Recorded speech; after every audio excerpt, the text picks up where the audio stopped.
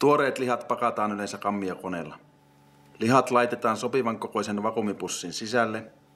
Vakuumipussi on valmistettu elintarvikekelpoisesta muovista, yleensä polyeteenistä. Kammiokoneen toimintaperiaate on, että vakuumipumppu vetää kammion sisältä ilman pois, jonka jälkeen pussin suu saumataan kiinni lämpölangan avulla. Pussin sisältöä ei saada 100% vakuumiin. Pussin sisälle jää noin 5% ilmaa.